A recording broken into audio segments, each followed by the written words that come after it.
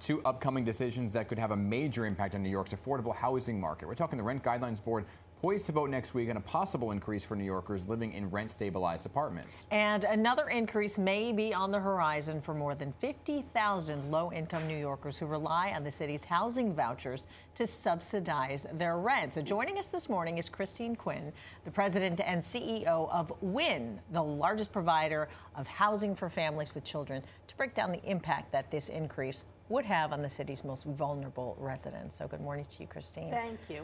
Yeah, thanks for being here. Let's lay this out now, because residents who use the city's voucher program, they contribute 30% of their income, right, to their rent, and the city pays the rest. But this isn't supposed to be this long-term solution for them. So how long do they usually take part in this voucher program? Well, the voucher program is the most successful tool we have to move people out of shelter into permanent housing. For homeless families, less than 1% of folks who use vouchers return to shelter, but those who don't use a subsidy, 12% return to shelter.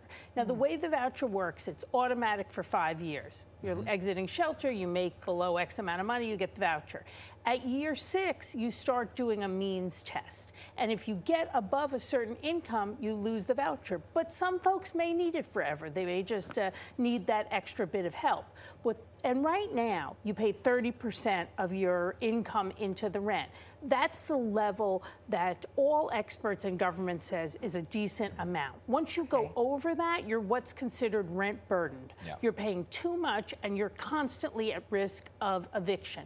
The mayor, when we get to that point where you're at year 6, you're getting income tested, wants to raise the rent to 40%. That will make formerly homeless people rent burdened. And the government accounting office says every time you raise the rent more than $100, it increases homelessness 9%. This increase on average would be $444 a month. Who in a mere 5 years has over $400 extra slushing around in their checking account, nonetheless, somebody who has recently exited the shelter system? So that's the mayor's plan for the 10% increase, right? And I hear what you're saying about the $444. But in the same breath, you're saying you want to means test them along the way. So you're saying do it, just not 10%. Well, I don't think I think they should stay at 30%. That's the amount. In year 6? In year 6, right. Because if you haven't made any more money, if you're still in the same job, you don't have extra resources. And the reality is, if we raise the rent on people who are homeless, who haven't seen a rent increase, they're going to go to shelter. If you spend one night living in an apartment with your voucher, it's cost taxpayers $72 a night. If you spend one night in the shelter, it's over $200 a night. And one night in a welfare hotel, over $300 a night, all taxpayer money. In New York, we have a legal mandate to house the homeless. Let's do it in the most cost-effective, humane way, and that is vouchers. How would the city pay for that? Because from what I understand, the voucher program costs the city, what, more than $1 billion? It does cost the city money, there's no question. That's our legal obligation, but it costs far less than shelter or these welfare hotels that the city use. So really, again, one night in an apartment, your permanent home with your child, costs taxpayers $72. We could spend that, or spend way over that, over $200 a night if somebody's in shelter. And look, the average length of stay in a family shelter like the ones we run is over a year.